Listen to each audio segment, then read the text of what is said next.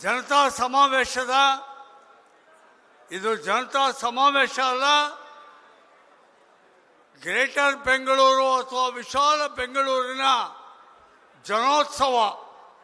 ಈ ಜನೋತ್ಸವದ ದಿವ್ಯ ಸಾನ್ನಿಧ್ಯವನ್ನು ವಹಿಸಿರುವ ನಮ್ಮೆಲ್ಲರಿಗೂ ಪೂಜ್ಯರು, ಪ್ರೇರಕರು, ಕಾರಕರು ಆಗಿರುವ ಶ್ರೀ ದೇವೇಗೌಡ ಅವರ ಪಾದಾರವಿಂದಗಳಿಗೆ ಭಕ್ತಿಪೂರ್ವಕವಾಗಿ ನಮಸ್ಕಾರಗಳನ್ನು ಮಾಡ್ತಾ, ನಿಮ್ಮೆಲ್ಲರ ಕ್ರಿಯಾಶೀಲ ನೇತೃತ್ವ, ಸಂಘಟನೆ, ಬುದ್ಧಿಚಾತುರ್ಯದಿಂದ ಈ ಪ್ರಾದೇಶಿಕ ಪಕ್ಷವನ್ನು 25 ವರ್ಷಗಳ ನಂತರವೂ ಕೂಡ ಸಕಾರಾತ್ಮಕವಾಗಿ, ಧನಾತ್ಮಕವಾಗಿ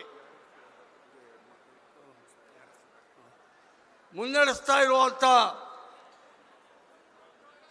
ಕುಮಾರಣ್ಣನವರಿಗೆ ಗೌರವಪೂರ್ವಕ ನಮಸ್ಕಾರಗಳನ್ನು ಅರ್ಪಿಸ್ತಾ, ಇಂದಿನ ಈ ಸಮಾವೇಶದ ತೆರೆಮರೆಯ ಹಿಂದಿನ ನೇಪಥ್ಯದ ದಿಟ್ಟ ಶಕ್ತಿ ರಾಜ್ಯ ಯುವ ಜನತಾ ದಳದ ಅಧ್ಯಕ್ಷರು, ಮುಂದಿನ ಭವಿಷ್ಯದ ಪಕ್ಷದ ರೂವಾರಿಗಳು ಆಗಿರುವಂಥ ನಿಖಿಲ್ ಕುಮಾರಸ್ವಾಮಿಗೆ ಆಶೀರ್ವಾದ ಪೂರ್ವಕವಾದ ಅಭಿನಂದನೆಗಳನ್ನು ಸಲ್ಲಿಸ್ತಾ, ವೇದಿಕೆ ಮೇಲಿರುವ ಎಲ್ಲ ಗಣ್ಯರೇ, ಕಾರ್ಯಕರ್ತ ಬಂಧುಗಳೇ, ಕಟ್ಟಾಳುಗಳೇ, 5 ನಿಮಿಷದಲ್ಲಿ ನಾನು ಮಾತು ಮುಗಿಸ್ತೀನಿ.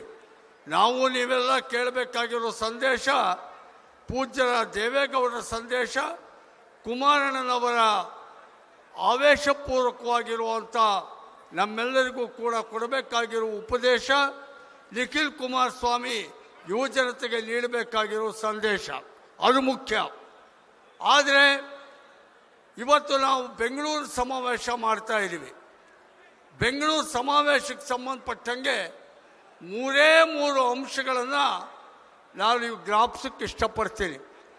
ಜ್ಞಾಪಿಸಲೇಬೇಕು. ಯಾಕಾಗಿದೆ ಅಂದರೆ, ಈಗ 95ರ ನಂತರ ದೇವೇಗೌಡರು ಮುಖ್ಯಮಂತ್ರಿ ಆಗಿದ್ದು 95ರಲ್ಲಿ, ಪ್ರಧಾನಮಂತ್ರಿ ಆಗಿದ್ದು 96ರಲ್ಲಿ. ಈಗಿನ ಎಷ್ಟೋ ಜನ ಯುವ ಮತದಾರರುಗಳು ಹುಟ್ಟೇ ಇತ್ತಿಲ್ಲ ಅವಾಗ. ಈಗ 2000 ಇಸ್ವಿ ಮೇಲೆ ಹುಟ್ಟಿರೋ ಮತದಾರಗಳಿಗೆ ನಾವು ಕುಡಿತಿರೋ ನೀರು ಕೊಟ್ಟವ್ರು ಯಾರು? ಈ ITBT ತಂದು ಪುಣ್ಯಾತ್ಮರು ಯಾರು? ನಮ್ಮಪ್ಪ ಕಟ್ಕೊಟ್ಟಿರೋ ಈ ಮನೆಗೆ ನಮಗೆ ಹಕ್ಕುಪತ್ರ ಕೊಟ್ಟು ಪುಣ್ಯಾತ್ಮ ಯಾರು ಅಂತಲೇ ಗೊತ್ತೇ ಇಲ್ಲ. ಅವರೆಲ್ಲ ಯಾರೋ ಈ ಕಾಲದವ್ರು ಮಾಡಿರಬೇಕು ಅಂದ್ಕೊಂಡಿದ್ದಾರೆ. ಹಾಗಾಗಿ ನೀವು, ನಿಮ್ಮ ಅಜ್ಜ, ನಿಮ್ಮ ತಂದೆ, ನೀವೆಲ್ಲ ಕುಡಿತಿರೋ ನೀರು ಕೊಟ್ಟವರು ದೇವೇಗೌಡರು. ನಿಮ್ಮೆಲ್ಲರಿಗೂ ಕೂಡ ಇವತ್ತು ಹಕ್ಕುಪತ್ರ ಕೊಟ್ಟು ತಾರಸಿ ಮನೆ ಕಟ್ಕೊಂಡು ಲಗ್ಗೆರಲ್ಲೋ, ಪಾಪರೆಡ್ಡಿ ಪಾಳ್ಯದಲ್ಲೋ, ನಾಗಶೆಟ್ಟಿ ಹಳ್ಳಿಲೋ ನೀವೆಲ್ಲ ಈಗ ತಾರಸಿ ಬಂಗ್ಲೆಗಳಲ್ಲಿ ವಾಸ ಮಾಡ್ತಿದ್ದೀರಲ್ಲ ಹುಡುಗರ, ನಿಮ್ಮ ಅಪ್ಪನಿಗೆ ಈ ಖಾತೆ ಮನೆ ಸಿಗುವ ಹಾಗೆ ಮಾಡಿಕೊಟ್ಟ ಪುಣ್ಯಾತ್ಮ ದೇವೇಗೌಡರು ಅನ್ನೋದನ್ನು ನಾವೀಗ ಹೇಳ್ಕೊಳ್ಬೇಕಾಗಿದೆ. ಹಾಗೇನೆ ಭಾಳ ಮುಖ್ಯವಾಗಿ ಮಾತೆತ್ತಿದ್ರೆ ITBT ಬೆಂಗಳೂರು ಸಿಲಿಕಾನ್ ಸಿಟಿ ಹಾಗೆ ಹೀಗೆ ಇದಕ್ಕೆ ಅದ್ಭುತವಾದ ಬೆಳವಣಿಗೆ ಅಂತಾರಲ್ಲ, ಈ ITBT ಇವತ್ತೆಲ್ಲ ಎಷ್ಟೋ ಜನ ಲಕ್ಷಗಟ್ಟಲೆ ಸಂಬಳ ತಗೊಳ್ಳೋದು, ಉದ್ಯೋಗಾಕಾಂಕ್ಷಿಗಳಾಗಿರುವಂಥ ವಿದ್ಯಾವಂತ ಇಂಜಿನಿಯರ್ಗಳು ನೀವೆಲ್ಲ ಇದ್ದೀರೋ, ನೀವೆಲ್ಲ ಜ್ಞಾಪಿಸ್ಕೋಬೇಕಾಗಿರೋದು ಇದಕ್ಕೆ ಅಡಿಪಾಯ ಹಾಕಿಕೊಟ್ಟ ಪುಣ್ಯಾತ್ಮ ದೇವೇಗೌಡರು ಅಂಥೇಳಿ. ಹಾಗಾಗಿ 3 ಅಂಶದ ಮಾತ್ರ ಹೇಳ್ತೀನಿ, ನಾನಿಲ್ಲಿ ಏನು ಹೆಚ್ಚಿಗೆ ಹೇಳಬೇಕಾದ್ದಿಲ್ಲ. ಕಾವೇರಿ ನೀರು, ಕಾವೇರಿ 4ನೇ ಹಂತ. ದೇವೇಗೌಡರು ಮುಖ್ಯಮಂತ್ರಿ ಆದರು 95 ಇಸ್ವಿ. ನಾನು 5 ನಿಮಿಷ ಅಂದರೆ ಒಂದು 5 ನಿಮಿಷ ಜಾಸ್ತಿ ತಗೋತೀನಿ, ಯಾಕೆಂದರೆ ಒಂಚೂರು ಹೇಳಲೇಬೇಕು. 95ರಲ್ಲಿ ದೇವೇಗೌಡರು ಮುಖ್ಯಮಂತ್ರಿ ಆದರು. ದೇವೇಗೌಡರು ಮುಖ್ಯಮಂತ್ರಿ ಆಗಕ್ಕೆ ಮುಂಚೆ ವೀರಪ್ಪ ಮೊಯ್ಲಿ ಮುಖ್ಯಮಂತ್ರಿ ಆಗಿದ್ದರು.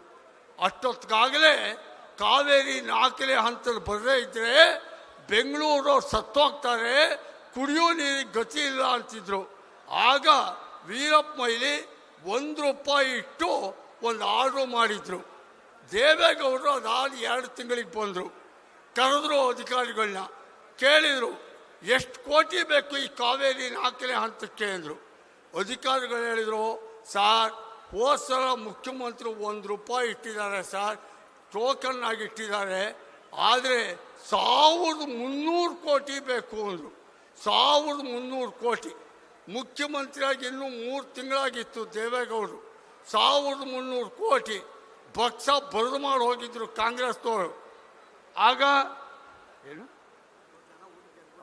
ಆ ಕಾರಣಕ್ಕೆ ದೇವೇಗೌಡರು ಅಲ್ಲಿ 1300 ಕೋಟಿ ಹೊಂಚಿದ್ದಾಗಪ್ಪ ಅಂದರೆ OECF ಅಂತ ಜಪಾನ್ ಸಂಸ್ಥೆಯಲ್ಲಿ ದುಡ್ಡು ತಂದು 1300 ಕೋಟಿ ಹೊಂಚಿ 9 TMC ಹೊಂಚಿ ನೀರು ಕೊಟ್ಟರು. ನೀರು ಕೊಟ್ಟು ಪುಣ್ಯಾತ್ಮ ಅವರೇ, ರೆವಿನ್ಯೂ ನಿವೇಶನ ಮನೆ ಕಟ್ಕೊಂಡವ್ರನ್ನ ಸಕ್ರಮ ಮಾಡಿದ್ದೇವೇಗೌಡ್ರೆ. ಕೊನೆಗೆ ITBTಗೆ ಸಿಂಗಪೂರ್ ಟಾಟಾ ಟೆಕ್ನಾಲಜಿಗೆ ಅಡಿಪಾಯ ಹಾಕಿ ಪೂರಾ ದುಡ್ಡು ಹಾಕಿ ಅದ್ರ ಕಟ್ಟಿದವರು ದೇವೇಗೌಡ್ರೆ. ಹಾಗಾಗಿ ಸೂರು ಕೊಟ್ಟ, ನೀರು ಕೊಟ್ಟ, ನಿಮಗೆ ಕೆಲಸ ಕೊಟ್ಟ ದೇವೇಗೌಡರು.